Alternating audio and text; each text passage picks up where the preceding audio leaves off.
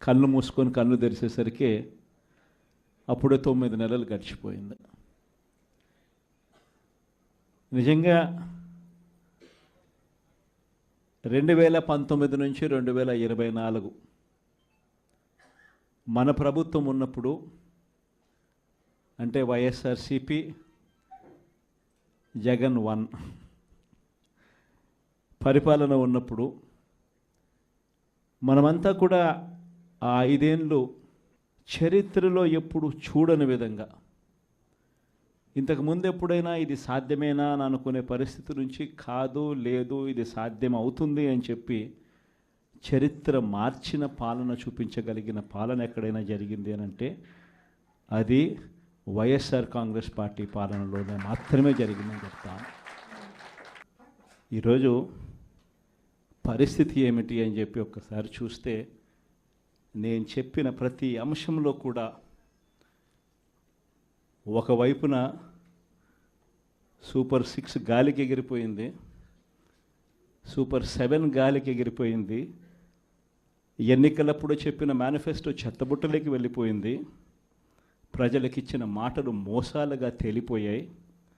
మరోవైపున వ్యవస్థలన్నీ కూడా, ఇప్పుడు నేను చెప్పిన వ్యవస్థలన్నీ కూడా, విద్య, వైద్యం, వ్యవసాయం, గవర్నెన్స్, అన్ని వ్యవస్థలు కూడా తిరోగమనంలో కనిపిస్తూ ఉన్నాయి. కేవలం ఒకే ఒక వ్యక్తి మారాడు ముఖ్యమంత్రి, ఒకే ఒక పార్టీ మారింది, వైఎస్ఆర్సీపీ పక్కకు పోయి టీడీపీ వచ్చింది, తేడా అంతే.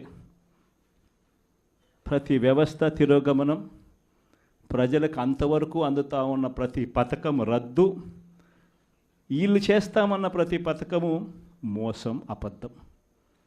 కేవలం 9 నెలల కాలంలోనే ఇవన్నీ మన కళ్ళ ఎదుటే ఇవాళ కనిపిస్తూ ఉన్న పరిస్థితులు. నేను అందుకనే చెప్తా ఉన్నా, ఈరోజు ఓడిపోయినా కూడా చెప్తా ఉన్నా, మనకి ఇంతకుముందు 50% ఓట్ షేర్ వచ్చింది, ఈ ఎన్నికలు అయిపోయేసరికి మన ఓట్ షేర్ 40%. ఒక 10% ఓట్ షేర్ మనకు రావాల్సింది రాకుండా పోయింది.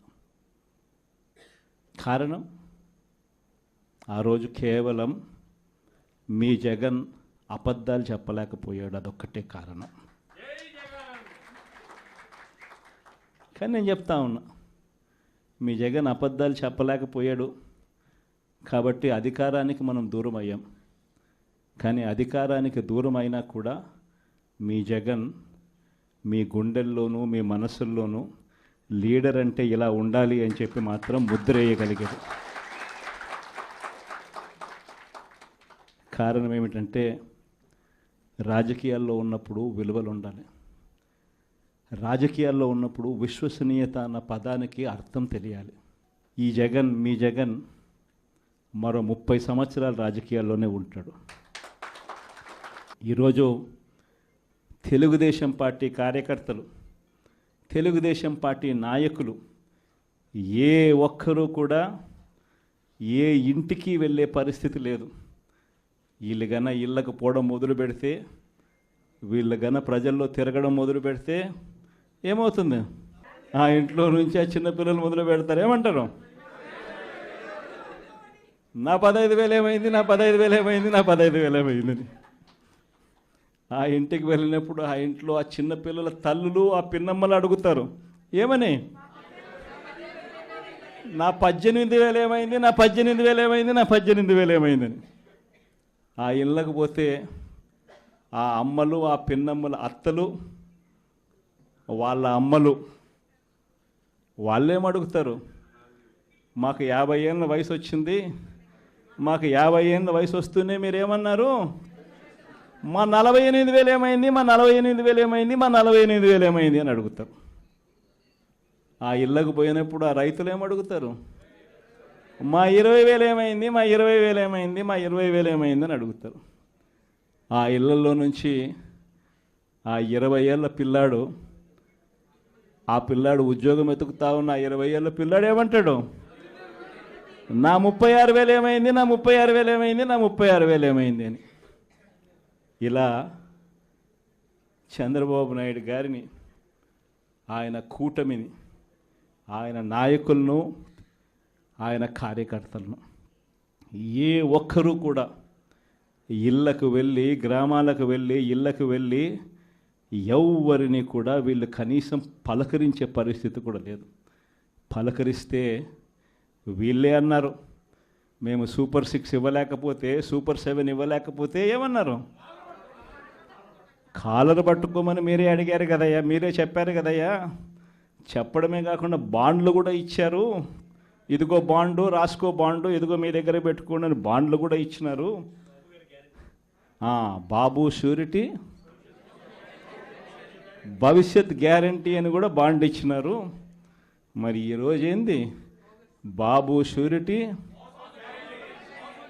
మోసం గ్యారంటీ అని చెప్పి రుజువైంది అని ఈరోజు కాలర్ పట్టుకునే పరిస్థితిలోకి ప్రజలు ఇప్పుడే ప్రశ్నించడం మొదలుపెట్టారు. ఈ ప్రశ్నించే పరిస్థితి నుంచి ఇక నెక్స్ట్ కాలర్ పట్టుకునే పరిస్థితిలోకి పోవడం అన్నది ఇక త్వరలోనే జరగబోయే కార్యక్రమం.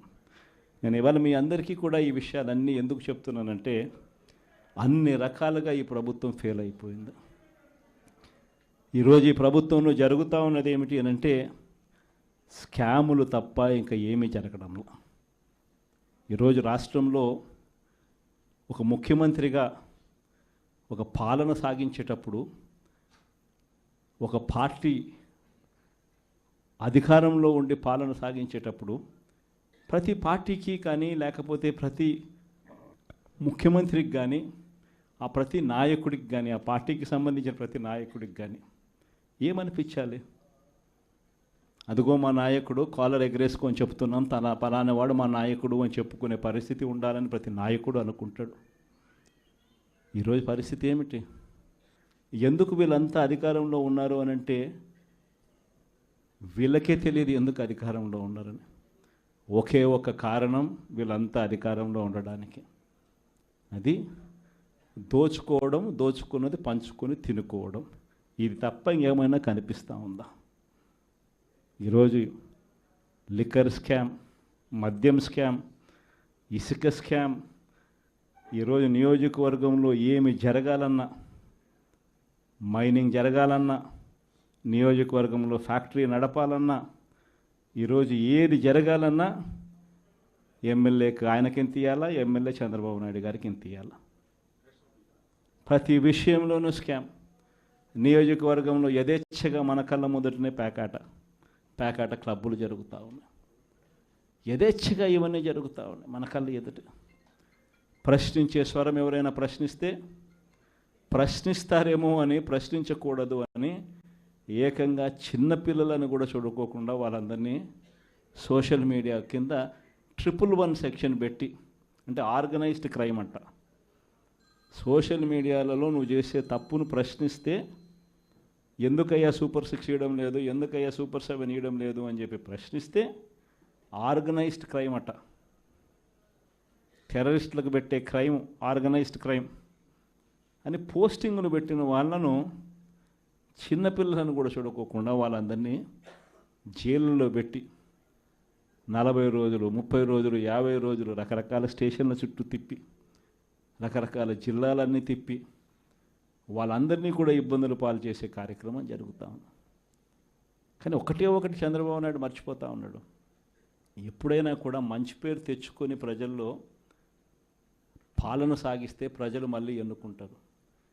కానీ ఈ మాదిరిగా పదవిని దుర్వినియోగం చేసి ఈ మాదిరిగా చేయడం మొదలు పెడితే ఇదే చంద్రబాబు నాయుడు గారికి వైఎస్ఆర్ కాంగ్రెస్ పార్టీకి చెందిన ప్రతి కార్యకర్త తరపున చెప్తా ఉన్నా, నెక్స్ట్ వచ్చేది వైఎస్ఆర్సీపీ 2, జగన్ 2 పాలన వస్తుంది.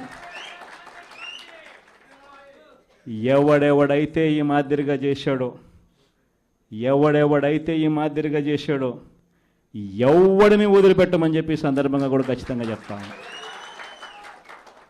వీళ్ళందరినీ కూడా చట్టం ముందర గట్టిగా నిలబెడతాం. ఆ కోవిడ్ వచ్చేసరికి ఆ తర్వాత 2.5 సంవత్సరం కోవిడ్కి సంబంధించిన పరిస్థితుల మధ్యనే మనమంతా కూడా బ్రతికాం. అందుకే పాలనలో ప్రతి అడుగు, ప్రతి నిమిషం, ప్రతి విషయం ఆ కోవిడ్ సమస్యలను ప్రజలకు ఎలా తోడుగా ఉండాలి అనే విధంగానే ప్రతి అడుగు పడుతూ వచ్చింది. కాబట్టి కార్యకర్తలకు బహుశా చేయగలిగినంత నేను చేయలేకపోయాను అని చెప్పి సందర్భంగా ఖచ్చితంగా ఒప్పుకోవాల్సింది. కానీ ఈసారి మాత్రం జగన్ 2లో ప్రతి కార్యకర్తకు అండగా తోడుగా ఖచ్చితంగా ఉంటాను అని కూడా ఈ సందర్భంగా చెప్తాను. ఈసారి జగన్ 2లో ప్రజలకు తోడుగా ఉంటూనే మరోవైపున కార్యకర్తలకు కూడా అండగా వాళ్ళ ఇంటికి పెద్దన్నగా వాళ్ళకు తోడుగా ఖచ్చితంగా ఉంటానని సందర్భంగా ఖచ్చితంగా చెప్తాను. వీళ్ళు దిక్కుమాలిన పాలనలో ఏ మాదిరిగా పాలన చేస్తూ ఉన్నారో కూడా మనం అంతా చూసాం. మన తిరుపతి మీ అందరికీ కనిపించుంటుంది. నిజంగా ఈ ఒక్కొక్క కార్పొరేషన్లో వీళ్ళకున్న బలం ఎంత అని చెప్పి చూస్తే తిరుపతి కార్పొరేషన్లో 49 ఉంటే 48 వైఎస్ఆర్సీపీ గెలిచింది. తెలుగుదేశం పార్టీ 1. ఆ 1 గెలిచిన చోట డిప్యూటీ మేయర్ వాళ్ళ మనిషి అని చెప్పి వాళ్ళు చాలా ఏదో గొప్ప కార్యము ఘనకార్యము చేసినట్టుగా వాళ్ళు చెప్పుకుంటా ఉన్నారు. వైఎస్ఆర్సీపీ కార్పొరేటర్లు ప్రయాణం చేస్తూ ఉన్న బస్సును పోలీసుల ద్వారా వీళ్ళే అడ్డుకుంటారు. పోలీసుల ఆధ్వర్యంలో వీళ్ళే దాంట్లో ఉన్న కార్పొరేటర్లను కిడ్నాప్ చేస్తారు. మళ్ళీ వీళ్ళే ఎన్నికల్లో మేమే గెలిచాము అని చెప్పి డిప్యూటీ మేయర్లుగా మావాడే గెలిచాడు అని చెప్పుకునే కార్యక్రమం. ఆ కార్పొరేటర్లు పాపం వచ్చిన తర్వాత వాళ్ళు చెప్పిన గాథలు మీడియా సమక్షంలో మనం అంతా కూడా చూసాం. ఇదే మాదిరిగా ఏలూరు కార్పొరేషన్ 50 డివిజన్ ఉంటే అందులో 47 వైఎస్ఆర్సీపీ, తెలుగుదేశంకి వచ్చింది 3. నెల్లూరు కార్పొరేషన్ 54 డివిజన్ ఉంటే 54 వైఎస్ఆర్సీపీని. హిందూపురం మున్సిపాలిటీ బాలకృష్ణ కనిపిస్తాడు, చంద్రబాబు నాయుడు బావమరిది, ఆయన ఏదో ఘనకార్యంగా చెప్తాడు. 38 డివిజన్లు ఉంటే వైఎస్ఆర్సీపీకి 29 డివిజన్లు వచ్చినాయి. తెలుగుదేశంకి వచ్చింది కేవలం 6. దాంట్లో ఏదో పదవి ఏదో వచ్చిందని చెప్పి ఘనకార్యంగా చెప్పుకుంటా ఉన్నారు. పాలకొండలో 20 ఉంటే 17 వైఎస్ఆర్ కాంగ్రెస్ పార్టీ, 3 టీడీపీ. అక్కడేమో వైఎస్ఆర్ కాంగ్రెస్ పార్టీ వాళ్ళు ఎవరిని కూడా వీళ్ళు ఒక్కరిని కూడా లాగలేకపోయారు. సో వెంటనే ఏం చేశారు? Post phone. తుని 30 ఉంటే 30కి 30 వైఎస్ఆర్సీపీ. తెలుగుదేశం పార్టీకి ఒక్కడు కూడా లేడు. ఆడ కూడా ఉద్రిక్తత పరిస్థితుల మధ్య ఎలక్షన్ పోస్ట్ పోన్ అంట. పిడుగురాళ్ళ మున్సిపాలిటీ 33కి 33 వైఎస్ఆర్సీపీని, ఈడ కూడా election post phone. Nuzvid municipality 32 ఉంటే 25 వైఎస్ఆర్సీపీ, 7 టీడీపీ. బుచ్చిరెడ్డిపాలెం 20 ఉంటే వైఎస్ఆర్సీపీకి 18, టీడీపీకి 2. నందిగా మున్సిపాలిటీ 20 ఉంటే వైఎస్ఆర్సీపీకి 13, టీడీపీకి 6. చివరికి గుంటూరులో కూడా 57లో 46 వైఎస్ఆర్సీపీ, టీడీపీకి 9, ఆ కూటమికి 2. దీంట్లో కూడా అవిశ్వాసం పెడతారంట, మేయర్ని దింపేస్తారంట, ఫలానోడు ఇంకొకడు అని చెప్పి మేయర్ పేరు కూడా అనౌన్స్ చేస్తున్నారు. నిజంగా ప్రజాస్వామ్యం అనేది ఎక్కడుంది అని అడుగుతా ఉన్నా. ఇదే మీ అందరికీ గుర్తుందా? ఇవన్నీ ఎలక్షన్లన్నీ ఇవన్నీ లోకల్ బాడీ ఎలక్షన్స్ మన ప్రభుత్వం ఏర్పడ్డాక 3 సంవత్సరాల తర్వాత జరిగింది. అంటే కోవిడ్ నుంచి బయటపడిన తర్వాత ఎన్నికలు జరిగాయి. ప్రజలు అటువంటి ఎన్నికల్లో వైఎస్ఆర్ కాంగ్రెస్ పార్టీకి ఇలాంటి నెంబర్లతో ప్రజలు పట్టం కట్టారు. అంత బాగా పరిపాలన చేశాము అని చెప్పి ప్రజలు పట్టం కట్టారు. ఈరోజు మీరు చేస్తూ ఉన్న ఈ తప్పుడు సాంప్రదాయం ఎంత దారుణమైన తప్పుడు సాంప్రదాయం అంటే, రేపొద్దున ఎవడన్నా ఎన్నిక కాండి, ప్రభుత్వంలో ఉన్న వాళ్ళు రేపొద్దున ఇదే పద్ధతిలో పోలీసులు పెడతారు, కిడ్నాపులు, ఇదే పరిస్థితులు ఎత్తుకొని పోవడాలు, ఇదే పరిస్థితుల్లో ఎవడన్నా ఏమన్నా గెలుసు, ఏమన్నా జరుగు, ఏమన్నా అయ్యి లాస్ట్కి ఏమో చైర్మన్లు ఏమో అధికారంలో ఉన్న పార్టీ వాళ్ళు చైర్మన్లు. ఇదే ప్రజాస్వామ్యం, ఇదే మనకు కావాల్సిన ప్రజాస్వామ్యం. అందరూ కూడా ఆలోచన చేయాలి. ఇలాంటి రాజ్యం పోవాలి, ప్రజాస్వామ్యం నిలబడాలి, మనలో వ్యక్తిత్వం అనేది పైకి రావాలి, విలువలు విశ్వసనీయతతో కూడిన రాజకీయాలు మళ్ళీ ఎదగాలి. ఫలానోడు మా నాయకుడు, చెప్పిన ప్రతి మాట నెరవేర్చాడు, ఇతనే మా నాయకుడు అని చెప్పుకునే విధంగా, ప్రజలు గొప్పగా చెప్పుకునే విధంగా నాయకత్వం రావాలి. కార్యకర్త కాలర్ ఎగరేసి చెప్పుకునే విధంగా నాయకత్వం పెరగాలి, ఎదగాలి. ఇది వైఎస్ఆర్ కాంగ్రెస్ పార్టీ ఐడియాలజీ. దీనికి కట్టుబడినాం. ప్రజలకు గొప్ప పాలన అందించాం. రాబోయే రోజుల్లో ఈసారి ప్రజలు మన పాలన చూశారు, చంద్రబాబు నాయుడు పాలన చూశారు. మళ్ళీ వైఎస్ఆర్ కాంగ్రెస్ పార్టీ ఒకసారి ఎన్నికైతే ఈసారి మాత్రం వైఎస్ఆర్ కాంగ్రెస్ పార్టీని ప్రజలు పోగొట్టుకోకుండా మరో 30 సంవత్సరాలు కన్సిస్టెంట్గా మళ్ళీ అదే పాలన ఎన్నుకుంటారన్న నమ్మకం, విశ్వాసం నాకున్నాయి. చంద్రబాబు నాయుడు లాంటి వ్యక్తులు అనే మాట, బటన్లు ఏముంది, ముసలావిడ కూడా నొక్కుతుంది బటన్లు అని చెప్పి ఇదే మాట చంద్రబాబు నాయుడు అన్నాడు. మరి ఇదే చంద్రబాబు నాయుడు ఎందుకు బటన్లు నొక్కలేకపోతా ఉన్నాడు అని చెప్పి ఇదే చంద్రబాబు నాయుడిని ఈరోజు గ్రామంలో ఉన్న ప్రతి ఇంట్లో ఉన్న వ్యక్తులు కూడా ఈరోజు అడుగుతూ ఉన్నారు. మరి ఈరోజు ఏమంటా ఉన్నాడు, ఎంత మొహమాటం లేకుండా, ఎంత నిస్సిగ్గుగా ఏమంటా ఉన్నాడు, రహస్యం ఏదైనా ఉంటే చెవిలో చెప్పు అంటాడు. ఇంకా ఏమంటాడు, బటన్లు నొక్కిన జగన్ను పంపించినారు ప్రజలు, బటన్లు నొక్కిన కేజ్రీవాల్ను పంపించినారు, బటన్ల టైం అయిపోయింది అంటున్నాడు. అంటే మొహమాటం లేకుండా నిస్సిగ్గుగా ఇంత దారుణంగా అబద్ధాలు చెప్పి మోసం చేసి అధికారంలోకి వచ్చిన వ్యక్తిని, ఈ వ్యక్తిని చీటర్ అంటామా, 420 కేసు పెట్టాల్సిన కేసు కాదా ఇది అని చెప్పి అడుగుతా ఉన్నాం. అందరం కలిసికట్టుగా ఈ ప్రభుత్వాన్ని గట్టిగా బంగాళాఖాతంలో కలిపే పరిస్థితిలోకి తీసుకొని పోవాలి. ఎన్నికలైపోయాయి.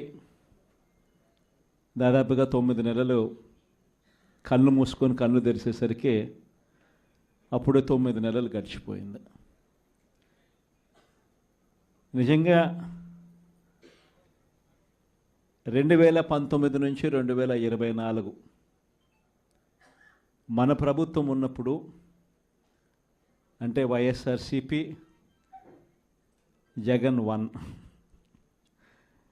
పరిపాలన ఉన్నప్పుడు మనమంతా కూడా ఆ 5 ఏళ్ళు చరిత్రలో ఎప్పుడు చూడని విధంగా, ఇంతకుముందు ఎప్పుడైనా ఇది సాధ్యమేనా అని అనుకునే పరిస్థితి నుంచి కాదు, లేదు, ఇది సాధ్యం అవుతుంది అని చెప్పి చరిత్ర మార్చిన పాలన చూపించగలిగిన పాలన ఎక్కడైనా జరిగింది అని అంటే అది వైఎస్ఆర్ కాంగ్రెస్ పార్టీ పాలనలోనే మాత్రమే జరిగిందని చెప్తాను. ఈరోజు పరిస్థితి ఏమిటి అని చెప్పి ఒక్కసారి చూస్తే, నేను చెప్పిన ప్రతి